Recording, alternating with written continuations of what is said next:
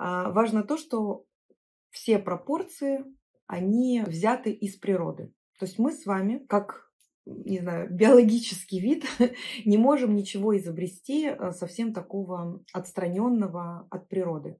Мы ориентируемся только на то, что уже создано, да? То, что мы видим с вами за окном, то, что у нас есть в природе. Мы не можем сочинить, вообще есть такое понятие, да, что нет воображения, есть только компиляция из того, что мы с вами видели где-то. Да?